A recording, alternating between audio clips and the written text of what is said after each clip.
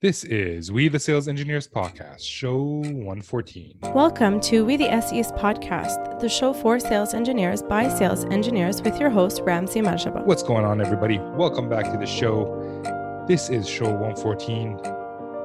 Thank you for coming back. I appreciate it. I appreciate the opportunity. I hope you guys are getting as much as I'm getting out of these podcasts because I have an amazing conversation today. Along with my co-host, Benny, we chat with Michael Shore, and we talk about so many different things. Oh, by the way, in case you don't know me, my name is Ramsey Majaba. I'm a sales engineer out of Ottawa, Canada, and I am your host on We the Sales Engineers Podcast. And as I was saying, I have a great interview today for you with a gentleman by the name of Michael Shore. He is a manager he's an SE manager at Oracle. And we talk about many different things, including what are we supposed to do to partner up with account managers? What are the best ways to do that? How do we collaborate with other SEs, other teammates within our organization, within our team or outside of our team? And finally, we're going to discuss rolling with the punches. I really had fun talking to Mike, and he's been a manager for a few years, but to me, and I hope you see the same thing, he comes off as the most humble person you've met. And it was interesting because, well, we'll talk about that in the intro, but hopefully enjoy the show. Let me know what you think. If you want more of this, well, I am doing all this. So if you want more, you're lucky. If you don't, I don't know, man, maybe this show is not for you, but I hope you enjoy it, and we'll talk after. Well, what's going on, Mike? Welcome to the show. Hey, thanks, Ramsey. Things are good here, man. Colorado, beautiful. You had a great weekend this weekend. Looking forward to a beautiful week this week. Are you guys able to go? I know Colorado is famous for hiking trails and a bunch of outdoorsy stuff. Are you able to do that right now, or still locked down? Yeah, no, we're doing it. In fact, this weekend I just went to Utah. Went to Arches National Park with my family. We did some hiking, some biking. Nice. Well, welcome to the show. I'm happy you were able to actually be outside for a little bit. Maybe you can start by introducing yourself to the folks listening. Sure. Yeah. So Mike Shore, I'm a sales consultant manager for the Oracle Construction Engineering Global Business Unit. I've been in this role for about 5 years. Prior to that, I worked implementing the software that we now sell, that my team supports on the selling side. I was an SC for a couple of years before moving into the management role I'm in today. Okay, so I hope you take this as a compliment, but you don't look very old to have 5 years experience as a SE manager. Yeah. So you were an SE for a couple of years. How did you make the change, or why did you decide to make the change from SE to SE manager with a couple of years of experience? Yeah. Well, yeah. And I guess to correct that, I've been an SC manager for a little over 3 years. Okay. I've been an SC or in the SC function for 5+ years. Oh, okay. All right. So the reason why I decided to make the change is it simply kind of came down to, at the time, my manager had moved on, and I had a lot of respect for the manager. I loved being an individual contributor as an SC. And then it was one of those situations where I thought to myself, well, the only way this can really get screwed up is if they hire someone that I don't like at all, right? And then they end up screwing up my good vibe I had. So part of it was simply defending the fact that I love this role so much, I didn't want them to hire someone that was going to screw it up for me. And then there was also an aspect of, this is just something that I want to do with my career to kind of build some margin and to learn some new skills. It's, for me, it's been a positive change. I love being an SC manager. I love how it's allowed me to grow both professionally and personally too. Something we hear a lot sometimes on the show, especially from people that used to be SEs as individual contributors and then, are particularly successful at it, and then they move into more of a management role. There's almost this, not a sacrifice per se, but you're giving up a lot of the things that you've kind of honed your skills for to move into a role that sometimes requires entirely different skills, though obviously very related to what you did before. And maybe that's not the case in your situation, but if it is, or maybe even if it isn't, what's been your experience with respect to the very, I don't know, different, I guess the very different responsibilities of a manager versus an individual contributor? And do you ever get kind of those feelings to, be an individual contributor as a manager, and do you have to reel yourself back, or is your position one that kind of allows you to be so? Yeah, no, I mean, I think you hit on what is definitely the most difficult transition, which is you go from being in the spotlight, you're the SC up there doing the presentations, and now as an SC manager, and I struggle with this big time starting off, it's not about me. It's not me up there doing a presentation. It's 10 people on my team doing presentations. So it goes from, the greatest value I can provide the organization is me doing a great presentation or demonstration when I'm an individual contributor. Now, as a sales manager or SC manager, the biggest contribution I can do to the organization is I can ensure that the 10 people that are out there doing demonstrations on my team are equipped to do it, that they're doing the job to the fullest of their capacity. So it's a tough change, and I think you have to accept that mindset going in. If you don't accept that mindset, you just think it's just another step in your career. You don't see it as I'm coming in to make a greater contribution by impacting these 10 people or whatever number of people you have in your team, on impacting their ability to perform, then I think that you're probably doing it for the wrong reasons. You're probably not going to be a good SC manager.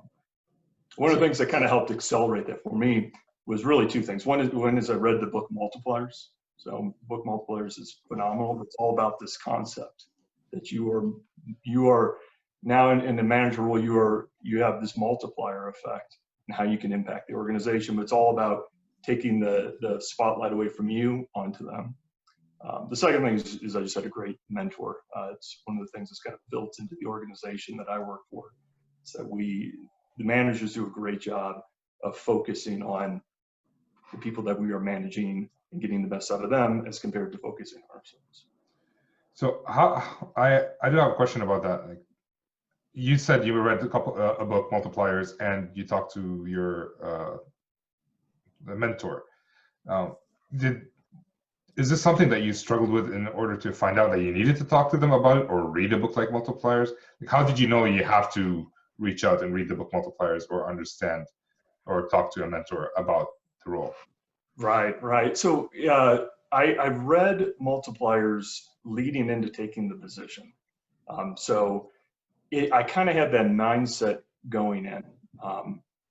And I think what I found is, like, even though I had this idea of I wanted to be focused on my team, it is so easy to get sidetracked from that. And so that's where the mentor really helps, is just holding me accountable, making sure that, yes, I've got this vision for what I want to be as a manager, but day to day, I struggle with making sure that my activities and my mindset aligns to that vision. And mentor just helps me stay accountable to that. Very cool. About mentors, I don't know, there's a quick little tangent question, I suppose, and you get back on track in a minute. But you hear a lot sometimes about when choosing a mentor. Obviously, it's a decision to pick a mentor, choose a mentor. Sometimes it kind of happens naturally. Sometimes you have to seek it out, whatever it may be. Was your mentor in this particular case someone in the same field as you? Were they a sales engineering manager? Were they a manager? Or were they in an entirely different field that, kind of allowed transferable skills to where you wanted to go? Yeah. So it's been a little bit of each. So I guess to back up, I don't think at any time I ever thought or sat down with someone and said, "Hey, are you going to be my mentor?" In fact, I know that they never, or "Will you be my mentor?" That conversation never really happened. Well, what has happened is, in the 3 years that I've been here, I've had one person that I've reported into who's acted in that role for me. I've had multiple different regional sales managers. So my role, I work closely with the regional sales manager, and to me that relationship a lot of times can kind of turn into a relationship where we're pushing each other to be better. So there's kind of that mentor aspect of that. But there's also just on my personal life too, just people that I've met over time that I respect, that we talk about these kind of things. And especially now over Zoom, we'll have, whether it's happy hour kind of things or whatever, we're just connecting to kind of talk about what's going on, seeing what we're doing to overcome leadership kind of challenges and or improving in our leadership capabilities. This is so funny. I've actually never had, every time someone was assigned as a mentor for me, it never worked out. No. Right. But whenever I have two former bosses who are mentoring me. They don't know it, that they're mentoring me. Whenever I have a question, I just reach out to them. They're unofficial mentors. I think that's the best. You build that relationship with people and they get to become your mentors. I do think for RSMs or regional sales managers, I do think of them as accountability partners more than mentors, mainly because we don't think alike or they can't guide me within the SE track that I'm in, but we can learn a lot from each other. But yeah, no, that's great. And I think like on the mentor point, like I think you're right on, Ramzi. Like, because think about it, like if I were assigned to be your mentor, like immediately creates this like awkward relationship, right? Like now all of a sudden I feel like I've got to come in and just like be able to drop truth bombs on you all the time, Ramzi. Your mind's exploding with, oh my gosh, this is just incredible insight. And there's a ton of pressure on me as the mentor to do that. Plus, as the mentoree, you're kind of in this situation where you're not even sure what you can share with them or how this is supposed to work. So it just happens so much better when it's a natural relationship. Yeah, and sometimes they just sit back and wait for you to ask questions. But if you have 10,000 questions, you don't want to ask that same person all the questions. You want to spread it around a little bit, spread the love. Right. One of the things that my previous SE manager used to have to deal with was the relationship between his SEs and some other person's RSM's account managers. Right? Like, let's say two of them are having a fight. He has to make sure his SE feels a little bit better. He has to make sure that the salesperson can communicate with the SE. How do you deal with difficulties between your SEs and other, like, people from other or other teams, like salespeople? How do you get them to partner better? Yeah, well, yeah. So that's a huge part of my job. In fact, that's probably when it comes to mental energy, that's probably it's right up there in the top things that I deal with. I think, to me, it comes back to, and this is true of any relationship, but certainly you think about an SC and the rep, right? The salesperson.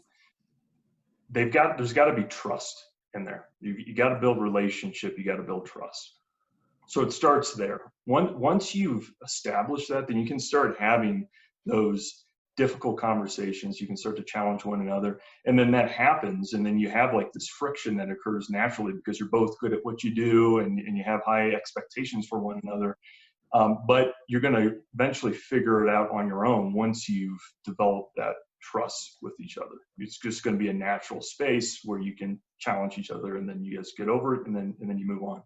So I feel like it's my job as an SE manager to figure out how I can create or help accelerate trust between a sales rep and a SC. And there's a couple different ways to do that. I think one of the key ones is, I think as an SC, you just always got to keep in mind that the rep's number one objective is to close business, right? So whatever you can do to make them understand that the pushback that you're giving them or your priority is on helping them close that opportunity is going to help develop trust. One easy way, just kind of tactical thing that I advise people to do is, okay, you're working with a new sales rep. Before the first meeting, what you can do is turn to them and say, hey, Ramzi, we're going in this meeting. I'm going to do a demonstration, but I want you to give me feedback afterwards. And I want you to tell me how I can improve on this. Now, to me, I think what that does is it does two things. One is it establishes to your sales rep that what's most important to you is that you're doing a good job. So you're open to feedback, you're open to criticism, because you're totally focused on doing a good job, which means you're going to help them close business, right? Number two, I think it also helps create a situation where then the sales rep, more than likely in that situation, is going to turn to you and say, oh, that's great, Mike. I want you to do the same for me afterwards. So now you've established a situation where you guys are free and open to share feedback with one another. And then that helps establish that trust factor, right? As long as that feedback's always coming from a good place, right? Where you actually, it comes from a place of where you just want to win the business. You want to help that sales rep get better and do a better job. Maybe a follow-up with respect to just, accelerating trust and whatnot. So obviously getting feedback is a really good way, and probably by even establishing a somewhat informal relationship that kind of carries on over time with each rep to kind of get that feedback continuously from them and to show, on a one-on-one basis, this idea of you're committed to their success. Are there examples also maybe of some more formal structures where accelerating trust is I guess, the end goal of that formal structure? Or have you seen anything like that ever be put in place? Yeah. So I don't know about formal structure. I mean, and I guess it depends on what you mean by that. But like some other things that I do see is like, one of the things I try to do is, as much as possible, pair an SC with a rep, right? And that, I think, just by the nature of them working together on a frequent basis, you're more likely to develop that trust.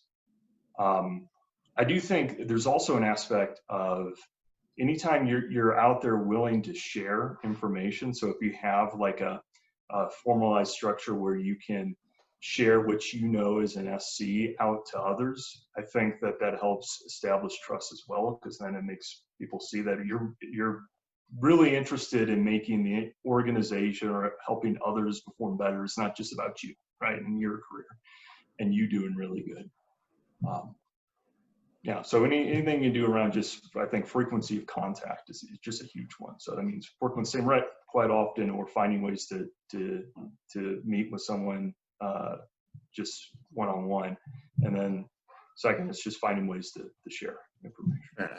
And that visibility part is super key for sure, where whatever actions are being done, say within that SE team that are leveling up, I suppose, all the other SEs within, making sure the AEs have good visibility to that action is, something I've also found to be very important. And you touched on that, so that's great.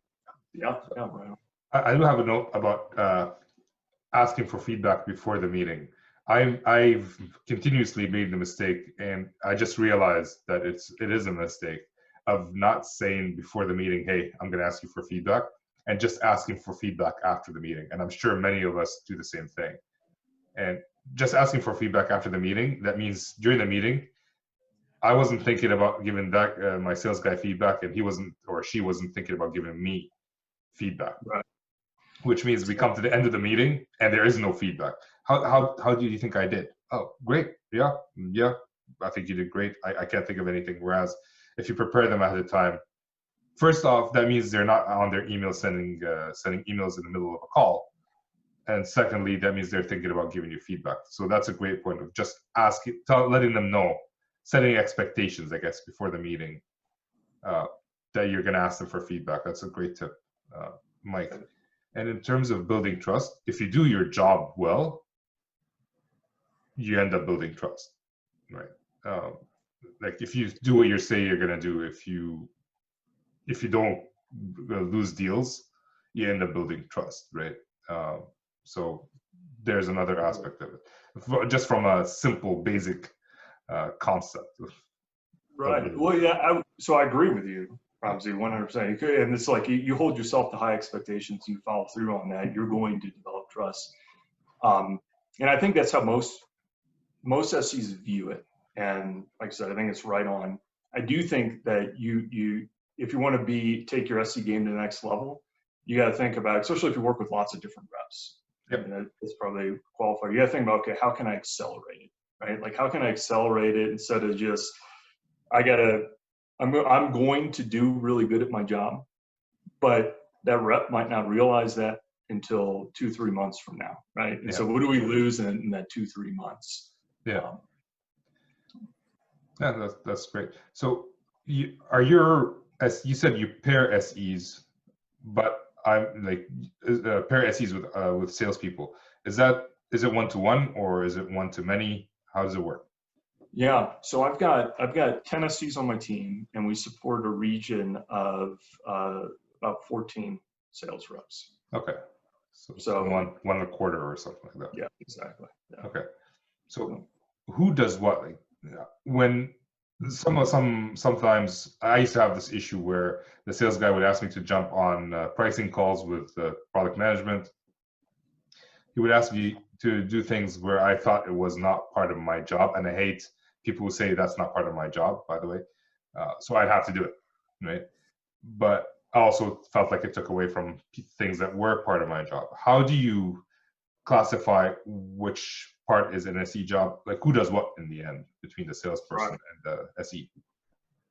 So we don't do a good job of this. I mean, and this is one of the things that I've been thinking about. What can we do better? Because I think for my team, I think they end up doing a little bit of everything, and in some cases, that's good because it shows that they're just willing to wear other hats and they enjoy trying different things on.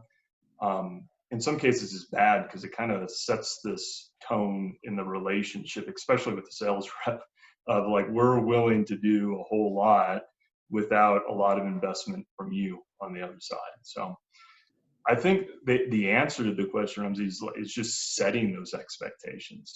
It's just going in, and I think, and to me, this is at an SC and rep individual basis. I think I can provide some guidance as an SC manager and certainly make sure that the expectations are being set. But because each individual is so different, their strengths and weaknesses are different when they're paired together as a sales team. I would like to see that happen at the SC sales rep level, where the SC comes in and says, this is what I am good at doing. This is what I suck at doing. And here are my expectations that I have around communication, my expectations for what you're going to do in a presentation.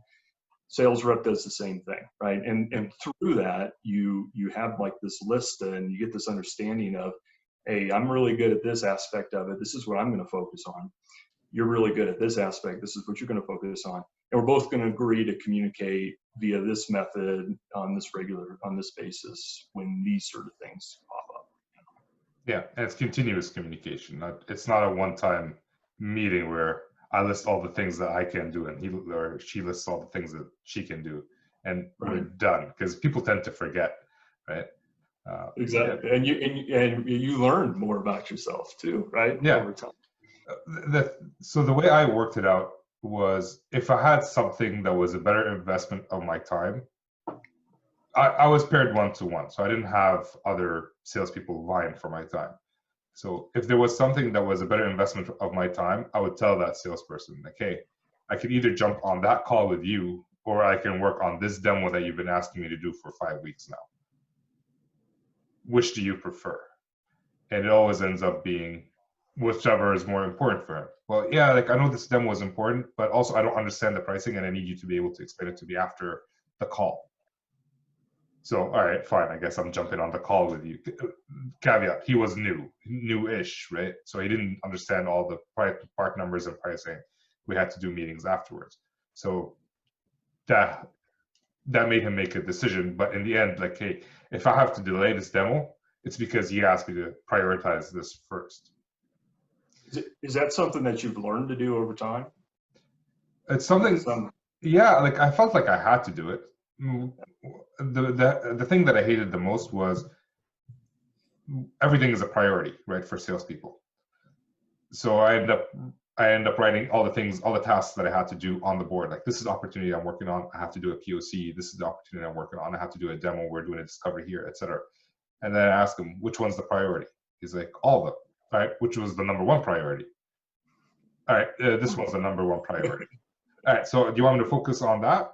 Like I personally have always been good at making people make decisions in terms of which one should I focus on.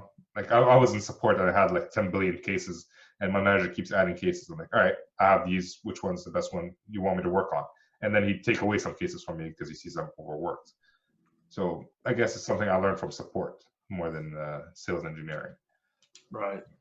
Well, I mean, that's a valuable skill, I think. And I think most SCs that are in the role, they eventually learn that, but it takes a while to learn that. And, one of the things that you mentioned there, Ramsey, that I always coach my team on is when you have to have that difficult conversation, always structure your response back to the rep. So let me back up. Let's say there's a situation where a rep comes to you and says, hey, I need you to do a demo on Wednesday. And today's Monday. You're not going to have any discovery. You're not going to have any time to prep, right? You don't think you're going to be able to do a good job. If the way that you respond back to that rep is, listen, I would love to help you out, but I'm concerned that I won't be able to do a good job for you and advance the sales opportunity because I don't really understand what the business challenges are. I need this list of information in order to do my job well. And I found that with most reps, if you frame it in the context of, I want to do a good job for you, but I just can't because you're not giving me the information, you're not giving me the tools that I need to be successful, I find that they're usually receptive to that because they don't want to look bad. They don't want to waste a meeting either. But sometimes they don't realize that you really need this in order to be good at what you do. Yeah, what's in it for them? And I've noticed that sometimes some reps just do the demo. I want you to do the demo. At which point you end up doing the demo, and then afterwards during the debrief, like, hey, during the demo I found out that they need, because you're doing a discovery during the demo if you haven't done a discovery prior. During the demo, I discovered that they want to see this, and that, which I wasn't able to show because we weren't prepared. If we had done the discovery, I would have been able to show this and would have blown their socks off, and we would have closed the deal. Right? It's always framing it in what's in it for them, right? And then learn from the mistakes. Like sometimes we have to do a demo without a discovery. Like especially if you're a brand new SE and the sales rep is kind of forceful and wants you to do things, just framing it by what's in it for them. A colleague of mine actually looked at the sales guy and said, hey man, do you want to do demos or do you want to close deals? Wow. Just framing it that way, he cut his demos in half. Like the amount of demos he had to do, he cut it in half. Yeah. And you get the other thing is like usually, and you also want to figure out where the rep's coming from.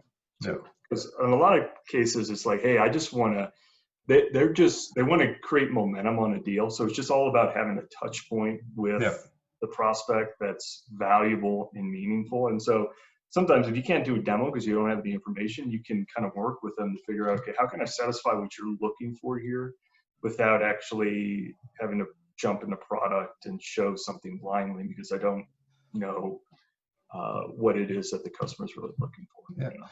Yeah. Sometimes we have to suck it up and do things we don't enjoy doing just because sales engineering, like, although there's a process to sales, it's also an art. Sometimes you have to like call an audible in the middle of a game and do things that you don't want to do. This is the only plan of attack that we can use today. Even if we don't enjoy it, we don't like it, this is the only way we can go. And hopefully for the next call, we can do something better. Right. That's what makes it so great. That's the fun part of it. That's the using the strategy, using your brain. Like it's not robotic. That's why we can't be replaced by robots. Right. Exactly. That's something in the future. I feel like Benny wants to say something.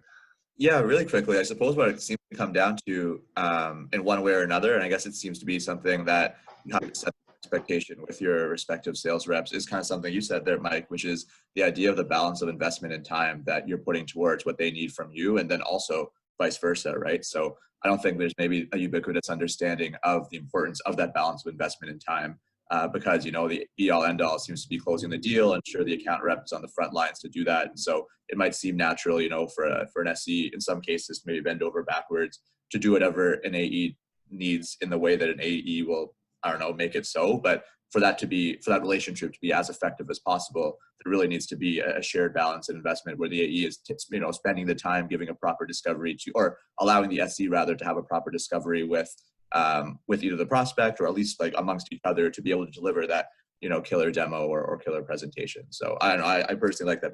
I really love the idea of the whole balance of investment. Well, yeah. And the thing I'd add, I think that's right on. And the thing that I think prevents SCs, I'm saying SCs because that's what we're called, sales consultants, but sales engineers, same function. I think what prevents SCs from holding reps accountable and demanding that balance a lot of times is that they just don't want to be seen as being difficult to work with, right? They're like, they know they should follow up with this rep because the rep said that they were going to do something, but the rep hasn't done it yet. But they don't say anything because they don't want to seem to be nagging the rep or seem difficult. But what I've found is actually quite the opposite. I find that the SCs that are challenging the reps, that follow up with them and say, hey, I need this information, you promised me this, or we were going to do this per the last meeting that we have and you haven't done it yet, but they're keeping on top of the reps and holding them to high standard. Eventually the rep, they may be annoyed initially, but eventually they realize that this SC is just doing it because they care, right? They're as invested in this opportunity as I am, and they want to do a really good job. And once they get that mindset, to shift, and they realize that you're coming from just a good place, that's where you develop that trust that we were talking about before. The funny part about this is, if anyone can understand people nagging them, it's salespeople, right? Because they're doing that to their customers. Right? And there's a tactful way of doing it. It's like, hey man, it's not like, yo, you promised me this, send it to me now. Or it's like, hey man, we talked about this, you said you're going to do this, this, and that. Right. Where are we on this? Are we still on track to do a demo, or like, what is it that you need me to do? That's one thing that a former senior SE on my team said. My job, again, paired one-to-one, my job is to do whatever it takes to make the sales guy successful. Whether it's jumping on demos unprepared, doesn't usually make them successful, but because that's what they need at the time, we do it. Or to just keep on nagging them so that they do their job. That's part of my job, the way I see it. Right. Yeah. Well, so reps appreciate it. They appreciate it. But realize that you view your job as just making sure that we're successful. Right? Yeah. Especially if you keep telling them that. The more you tell them, like, hey man, I just want to be successful, because in the end, there is a commission portion of your salary that you still want as well, right? And you don't want a sales guy to mess that up for you, or sales gal. So your SEs also work with other SEs from other departments or specialist SEs. How does that communication work? Yeah. So yeah, I mean, we've got I don't know if it's a strange setup because I haven't seen any other setup, but in our area, I do have like my team supports a region, but we have like within the Americas, I have 10 SCs on my team. We have 60 plus SCs total in the Americas region. And we do share a lot of information with one another, because you have people that just over time become specialists in certain areas. So generally, I mean, it can work a couple different ways. Probably the most common way is an SC on my team gets assigned to an opportunity. It happens to be in an area that another SC is a specialist in. And so they pull them in to help support the opportunity. So, and normally that works out really well. I mean, where it doesn't work out well is, again, it comes back to the trust factor, where there isn't trust between the SC that's leading the opportunity and the specialist SC. And so I think, this kind of goes back, Benny, to one of the things that we mentioned earlier, which is, to me, I think the best way to optimize that relationship, if you're a specialist in an organization, you're just really good in a particular aspect of what it is that you do, the best way that you can help get yourself involved in more opportunities, the best way that you can really have an impact on the organization is by finding a way to share that information. Right? Be seen as being willing to share the information that you have, because it does a couple things. Number one, go back to that multiplier effect.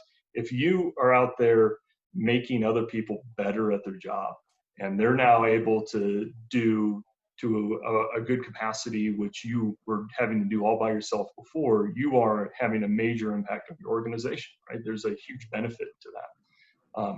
But number two, when you're shown as being able to, as willing to share the information, you develop trust with others. People just no longer view you as trying to hold all the information to yourself, and therefore being concerned that if they bring you in, that you're just going to push them to the side because you're the specialist. They're willing to bring you in.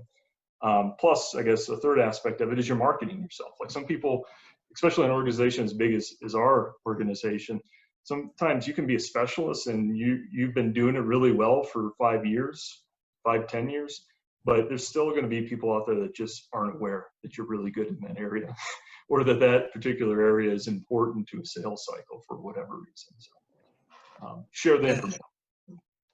No, fair enough. I love every single one of those points for sharing information. Excellent. Those are great. One thing you just mentioned though is the idea, like, working for such a large organization like Oracle.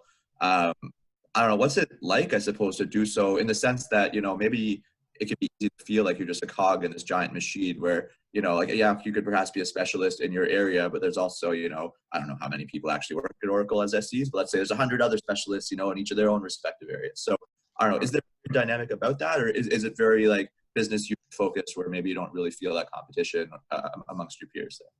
Yeah. So I can only speak for our business unit, which is a big business unit within Oracle, but it's not as big as like the tech side or the groups that sell ERP, some of the pillar software. But I can tell you, like for my team, you can still absolutely just become a cog in the wheel because we're still really big. But I think that I don't think that people are held back by us being such a big organization. I think the ones that thrive are the ones that figure out how to take advantage of that. They realize that, hey, I don't need to learn how to do everything.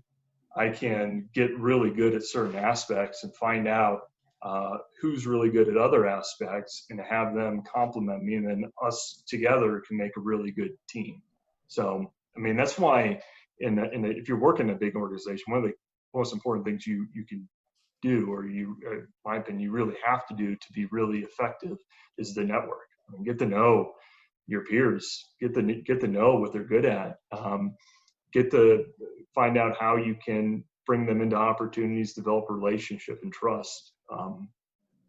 Because I think it's just going to help you work better as an individual contributor. It's going to help you contribute more.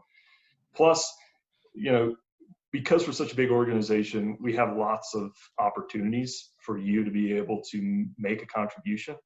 And if you've networked yourself and marketed yourself internally, people are going to think of you whenever something interesting comes up, right? And they think of you as a good fit for it. That's awesome. Great. Yeah, I love that. And I guess the more you market yourself to a large organization, the bigger audience will be to grow your own impact as well. I'd imagine anyways. So that's awesome. Well, it's like working with customers. You're top of mind. The first thing that they think of is, Benny is expert in compliance, and now we have an opportunity about compliance. Benny's the guy, right? Right. You're basically always, whereas if you're not marketing yourself, no one's going to know about you. You're not top of mind. I tell the SEs on my team, like, there's this misperception that, like, if an interesting big initiative happens within our organization that requires an SC, that it comes to the SC managers and then we staff it with the appropriate SC. That's not how this kind of thing happens, right? It's someone comes up with an initiative, and either A, they drive it themselves and staff it themselves and figure it all out themselves, which means either A, you want to be the person coming up with the initiative, or you want to know the person who came up with the initiative, right? Yeah. Or B, it happens because someone brings it up, an exec has an idea, someone brings an idea to an exec, they say go forward with it, and the exec then thinks about who to staff it with, right? So if you're not top of mind for them, they don't think of you in a certain capacity, then you're not going to be, or you're not coming up with the initiative yourself, you're not going to be a part of those types of things. And there's really little I can do as an SEM to get you involved. Yeah, no, I feel like for a lot of people too, that's something that, it takes a real shift, I guess, to get to a mindset to, like, more actively market yourself. I feel like, and like, there's a lot of SCs, I think, that kind of fall to be both, more outgoing and extroverted, and those perhaps that maybe are a little bit more, perhaps reactive or even introverted in the workspace, I suppose. And so the idea, you know a lot, and you're obviously, you've gotten yourself to a certain position, and it's easy to get in this little microcosm of your own thinking with respect to, like, I know a lot about this. My customers that I'm speaking to know a lot about how much I know about this particular topic. Then, just naturally, everybody should probably know about this. But realistically, everybody's living in their own worlds and have their own things going on. And so all the successes that you're experiencing in your niche area could be, could be something that nobody else around the organization or very few other people know about, maybe as much as they perhaps should. And so you really have to take an actual, step to market yourself, to make that stuff more well known, because not always will that happen just naturally. And for some people, just isn't natural, but certainly can't understate the importance of it. So Benny, have you found, is it natural for you? Not so. A lot of things aren't natural, even just the idea of like being more outgoing and talking to an audience in general. So I've kind of had to make a shift to be, a more practiced extrovert in general. But then with that came along certainly the idea of marketing myself more internally and kind of interacting with all sorts of different departments and getting my face out there. So the big fundamental shift was just to, be more comfortable socially with people and be more human, I guess, to some respect. And eventually some other those things came with that. Because I find that most SCs is not natural, and it's not natural for me too. Because I think a lot of us have that mindset, just what you were describing. Hey, if I'm good at my job, eventually people are going to recognize that, and it's true. I mean, it is true in a way. If you just do your job well, then people are going to recognize it. But it kind of goes back to the acceleration part, and like, okay, you can be really good at your job and people are going to realize that, but it's going to take a long time for a lot of people to realize that if you are just head to the ground getting stuff done, right? But if you're finding ways in which to share, and it's not necessarily like just you're out there talking about how great you are, because no one likes that. But there is an aspect where you say, okay, I did really good here. I think the fact that I created this great product or deliverable or whatever, I think the fact that I created these great things, I think it can help the rest of the organization. So I'm going to figure out a way that I can take this great thing that I did here and I built and share it with others so they can use it. You take that mindset to it, I think becomes easier to market yourself, because you can post it out to, we use Slack, we post it out to something like Slack, set up we have like within our organization, we do monthly education sessions. So it could be volunteering to be part of that education session. It could be volunteering to present it on your team call, something like that. I do want to point out, sorry. I do want to point out that this is for all engineers, not just sales engineers, because in my previous role as a support engineer, we had a team of 10 people. And there was one guy who would take the easiest tickets, critical tickets, but the easiest tickets, and he would advertise that I solved this issue. And it's basically it's a known issue, just reboot the node, and you're good to go close the ticket. So it takes 5 minutes of work. Whereas other people on the team who would take real critical issues that are hard and takes weeks to actually debug, and they wouldn't tell anybody that they're working on that. And in the eyes of the manager, that person who was advertising his work was doing a better job than the other two who were working their behind off, late hours, just to solve an issue and tell nobody about. So if any other engineers are listening to this podcast, I'm naturally lazy, which helped me because I didn't want to explain to the manager what was happening. I would just CC him on the resolution, and he would see that I solved the issue and I was doing a good job. Right. And that's the difference between me and the other two who were not CCing the manager on the resolution. So I was doing a good job just because I was CCing him, and they were doing a bad job, even though they might have been working on harder tickets. So we need to get used to telling people about the work that we're doing, SEs, engineers, whatever it is, just so people know that we're actually working. Because people don't go and look at your work afterwards. Right? You don't go into Salesforce, at least I don't know. Do you go into Salesforce and see who closed what? You actually, as sales engineers, you probably do. Like who did a good job, or do you go like by who's telling you what, who's marketing themselves? How do you know who's doing a good job actually? Yeah. So yeah, I mean, yeah. Well, the whole systems thing. We don't use Salesforce because we're competitors with them. But Yeah. we can do that. We do have ways in which to look at that. I mean, but Ramsey, I think I think the main point there is like in your example at the engineer. So there's one person out there showing that he's done this great work and sharing that with others. I would argue, even if the work's not as good as what the other two do, that just did it, but no one knew about it. That third one, the one that's marketing it, is actually making a bigger contribution to the business, right? Because now others are learning from what they did. And again, back to that multiplier effect, it comes downstream. Now other people are picking up what you just did. That was this great product, and they're using it to make their work product better, and so there is a business reason why people can have that view that the person who markets himself is actually doing better work. Well, for that situation, probably not. Imagine it's just a blue screen of death every time, and the solution is just reboot. Right.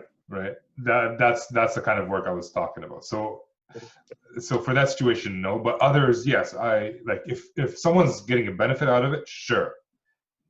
But yeah, and those two missed out on helping other people if they run into the same issue to fix the issue faster. So there is a business detriment.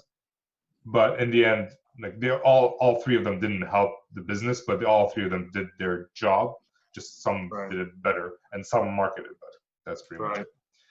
Well, I mean, to answer your question, though, I mean, like to me, the way I look at the contribution of my teams, there's metrics that I look at to assess that, but generally, I'm looking at them within a realm of not just what impact are they doing in terms of revenue, but it's also contributions to the organization. What are they doing to help the team go further? What are they doing as far as driving go-to-market material? And I'm not saying everyone's got to do all of that, but the ones that have the biggest impact are the ones that do as many of those as they possibly can, right? And do it in a good job. So I think if you're an SC manager and you're just evaluating your SCs in terms of their impact on revenue, then you're, I think, missing some important aspects of how your SCs could be impacting the organization, outside of just deal activity. Nice. Okay. All right. I have a lot more questions for you, Mike, but we do have to move on to the not so fire round. Sure. Looking at the time check, we might have to do it in a 5-round succession, but we'll see. We'll see how far along we get there. Sure. So Benny, you want to get us started? Yeah, you bet. So, you've been a sales consultant or sales engineer, sales consultant for a while. Obviously now you've been a manager for a couple of years or a little bit more than that. What would you say is one thing that you love about being a sales consultant manager or SC manager?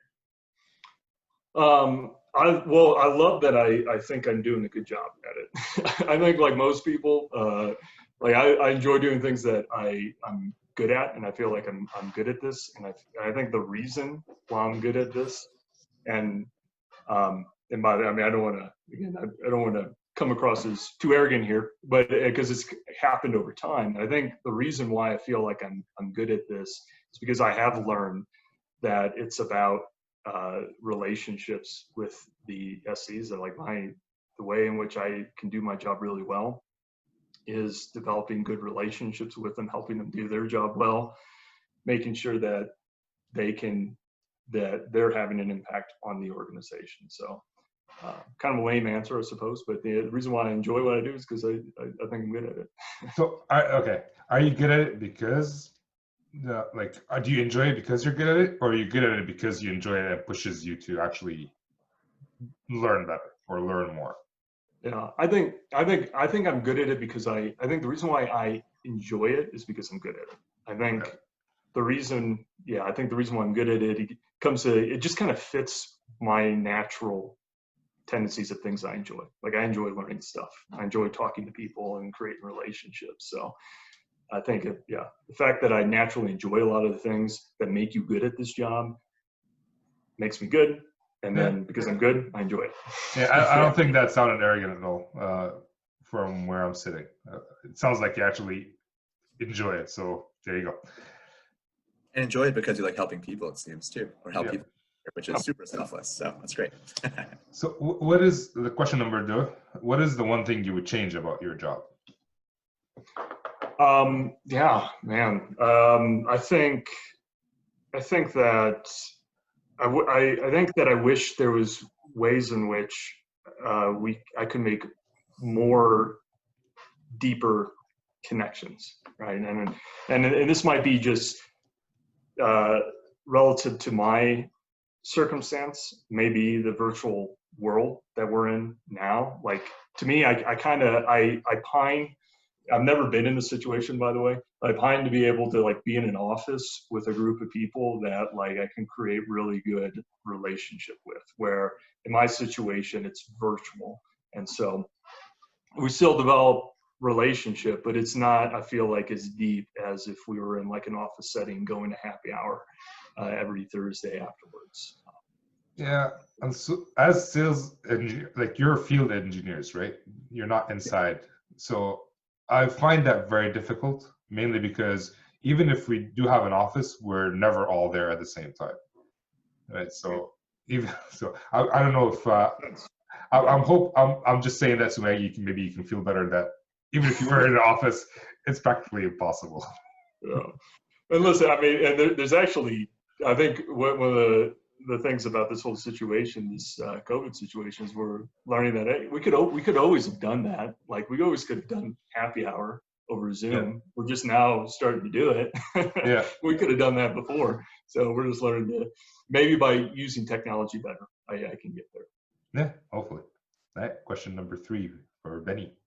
Yes, sir. So you've already mentioned multipliers a little bit earlier in the show, but what are some other books, tools, or resources that you would recommend any new SC, or it doesn't matter about new, any SC or otherwise any SC manager? What are some tools, books, and resources you recommend to them? Yeah, no, that's good. So like on the sales side, this is one I always recommend. I don't know if you guys can see that. It's called New Sales Simplified by Mike Weinberg. I highly recommend this for anyone coming into an SC role that doesn't have the sales background, because this is really just a good coaching on the fundamentals of the sales process and what the salesperson really should be striving to do in their job. So New Sales Simplified from just understanding sales. There's a book out there, and this is, I always warn my team, like don't Google this while you're on VPN, but it's called Getting Naked. And it's actually a fable, and it's about the importance of being vulnerable in a work context. And I think it's really applicable to Cs, because we tend to be the experts and think that we always have to be the experts in the room, where there's, what this book argues for is that there's value in sharing that you're not always the expert, but sharing your vulnerabilities when working with customers. So Getting Naked, New Sales Simplified. The one that I heard it on your podcast a couple months ago, and I've been reading it last couple of weeks. And I think it's really good, is Radical Candor. Really enjoying that one, because it helps me. I'm thinking I'm a relationship person, but I think what's important to be good in this role as well is you got to set high standards. And Radical Candor helps equip me to be able to do that. Like how do I set standards for my team, make sure that they're doing the best possible work as well as developing that relationship. Nice. Yeah. So 3 new books. Well, Radical Candor, we've had it on the podcast before, but 2 new books that I can add to the list of books I haven't read or were on the show. So thanks for that. Last question of the not so fire round. What separates great SEs from the okay ones? Yeah, I think that the great ones, they really they do a great job of developing relationships throughout their organization, and especially with their key people that they need to develop relationships with, which is going to be their sales reps and their SC managers, whoever they're reporting into. I think focusing on creating good relationships, the networking part, I think is an important aspect of it as well. And I think that good SCs as well, they kind of going back to the whole vulnerability thing, is they're self-aware. They're aware of where it is that they need to improve, and they have the desire to improve in those areas, but they don't feel like they're not so insecure that they're not willing to share areas that they're not great, right, and that they need to improve. This is great. Like, there's a few things that you've made me think about today that I haven't thought of. So thank you for that. Last question of the day. Where can people find out more about you? LinkedIn. That's about it. Yeah, LinkedIn. Okay. Michael Shore PMP, right? That's right. Yep. Okay. Michael Shore PMP. Awesome. Well, thanks, Mike, for your time today. I really appreciate it. This was great fun. It was just a fun conversation altogether. So thanks for coming on. Yeah, absolutely. And thank you all for everything that you do, getting information out there to the greater SC community. Well, it is my pleasure. Thanks. We'll see you soon. Okay. All right, guys. Take care. And this brings us to the end of the show. Thank you guys for listening. In case you're wondering, I recorded this episode at a different time than the intro and outro. So that's why Benny is not here. And usually I ask him, what did you think about this interview? And I was saying at the intro that Mike comes off as the most humble person on the podcast. He's been a manager for a few years. He's been an SE for a few more. And every time I said something, he didn't just say, oh yeah, I agree, or no, I don't agree. He actually dug into it. He asked me a few more questions. Sometimes I felt like I was being interviewed on the podcast. And that shows humility. That shows that he is interested in me as much as I'm interested in him, which feels good. As a sales engineer, if you're dealing with customers, asking them questions, showing that you're interested about them, makes them feel good just as much as when Mike was asking me questions, trying to dig into what I was saying makes me feel good. And, it's a relationship business. Yes, we have to solve a technical problem, but it's easier to solve a technical problem if someone likes you, because they will provide more information. They know you care about them. They're not going to like you because you don't care about them. They're going to like you because you do care. You are interested in them. You're asking them all the right questions. You're showing them that you care. And although that was not what we talked about on the podcast itself, that's the takeaway that I had from this call. It's the things that Mike did not say. It's the things that he just showed. And actions speak louder than words. He came off to me as the most humble guy. He came off very interested in myself and in Benny. So in addition to what he said, in addition to the information that he provided, I hope you see what he did on the show. I don't think he did it on purpose. He was just genuinely curious. At least it came off like that, and I believe it to be that. So understand that actions speak louder than words, and I hope you guys enjoyed the show. With that, this is Ramsey signing off.